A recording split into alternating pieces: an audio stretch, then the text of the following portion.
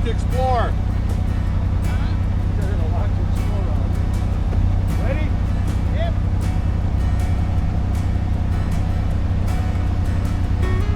Hi, my name is Brian, and I want to welcome everyone back to the channel. And for those of you that are visiting for the first time, if you're not too busy, why don't you join us for a ride? It's another beautiful day on the trail. This trail happens to be the Wickenburg Mountain Trail we're leaving. And we're going to be headed cross country on the BLM Trail 346. This trail doesn't have a name, so I'm going to give it one. I'm going to call it the Trail to Swallow Mine. This ride begins at the intersection of Wickenburg Mountain Trail and Castle Creek Road. It's one of the shortcuts off the Pointers Profile. This trail leads cross country over to the Buckhorn Road and the Bradshaw Mountains. I drew a line on the Onyx map and found out that we're only 16 miles from Wickenburg. I do think that last statement's a little deceiving, though. It will take you a couple hours to get out to this area. With me today is Jim in that Polaris Expedition. Jim and I will be riding just over 3 miles to the abandoned Swallow Mine. And from there, the trail turns into a graded 2-lane superhighway for just over another 3 miles till it ends at Buckhorn Road. There looks to be no shortage of succulents in our neighborhood. All these sororos in the background are a testament to that. Boy, after saying all that, I believe it's now time for me to bust out one of those segments called It's Now Time for a Moment with My BOGs. So there's Shelby challenging Zoe to a lap around the track.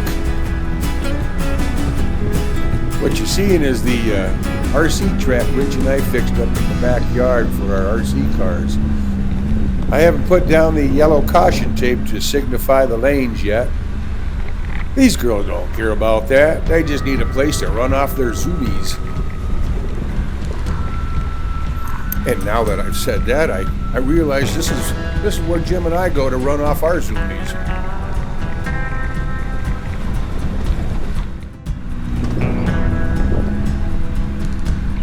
Well, it's getting to be about that time when you ask that question, hey Dap, what's for dinner? Back in Michigan, when Deb and I go out to eat, we generally order an olive burger. So, without any further ado, here's the recipe. For the olive sauce mix, you take a cup of Miracle Whip, 3/4 cup of olives, medium chopped, and a tablespoon of brine. Mix that all up in a bowl and set that bowl to the side.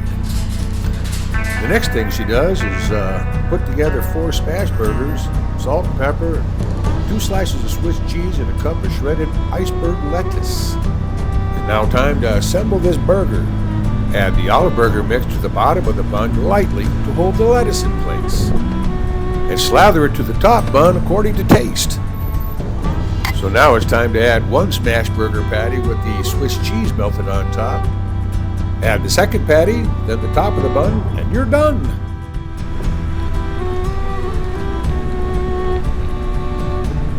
Well, it's getting to be about that time of day when we want to put in a few good words to our sponsor, Ranger Pet Doors.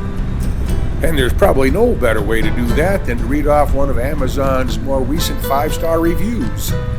This anonymous reviewer purchased a medium pet door back in November 14th of 2018. It's titled 5-Year Update. 5 years later, this dog door is outstanding. I've had 2 dogs sprinting through this thing daily for more than 5 years now, and I haven't repaired a single part. The flap and magnet are much dirtier than the day I bought it, but that's all. Nothing is frayed or cracked, and the door works the same today as day one. I would like to say I will buy another, but it's not looking like I ever will have to. The quality is impeccable. The magnetic seal still snaps tight and holds up to our high north winds without a draft. I'd give this more stars if I could. Well, that was an awful nice review.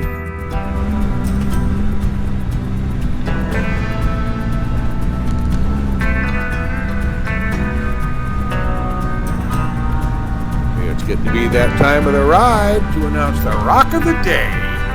Now, I gotta be straight with you, I didn't find this one, but I was there when a friend of mine, Amanda, picked it up. I'm not gonna have it in my yard very much longer, so I thought I'd go ahead and give everybody a look-see at what Arizona has to offer just laying on the ground.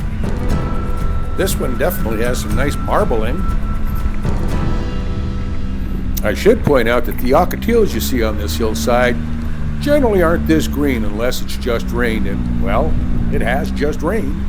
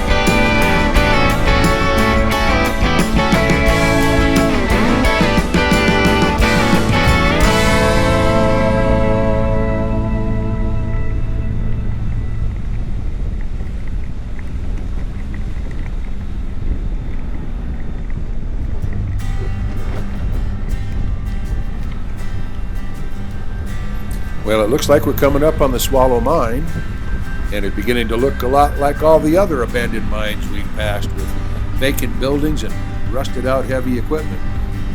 With that being said, Jim and I motored on by and headed for home.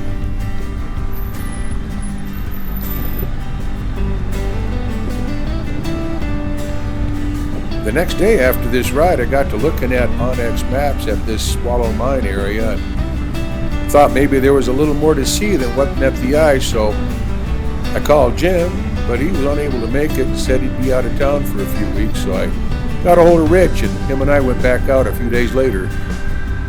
All I can say is, man, were we surprised to find out what was hiding behind those hills. I added the video to the end of this film of what we found back there. Check it out.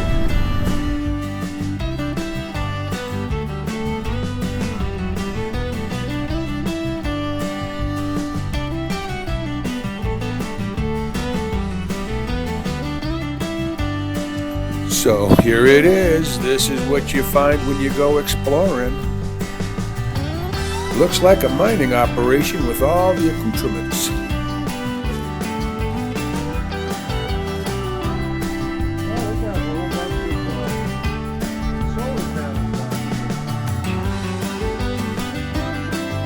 We noticed a few things about this place on the hike in. First of all was the sign on the gate. And then there was the flag on the hill that had wrinkles like it had just been placed up there.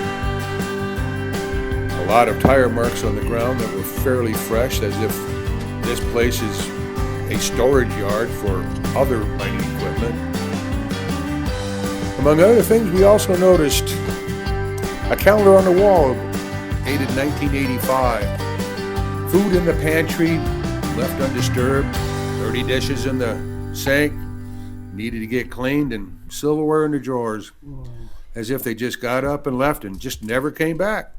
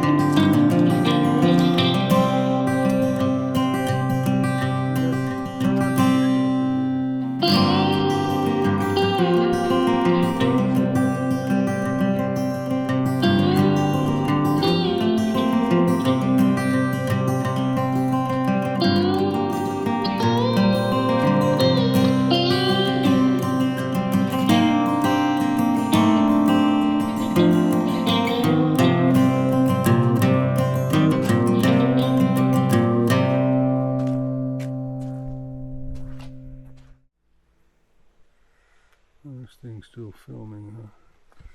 Well, let her film. Alright. Hike out of here. This is quite the unexpected little spot, wasn't it? Yeah. Whoa. Well, it's time for Rich and I to skedaddle out of this mining museum. I hope you enjoyed the video. Throw us a like if you would, and enjoy your day, and give your pets a great big hug for us. And I do thank you for joining us for this ride today.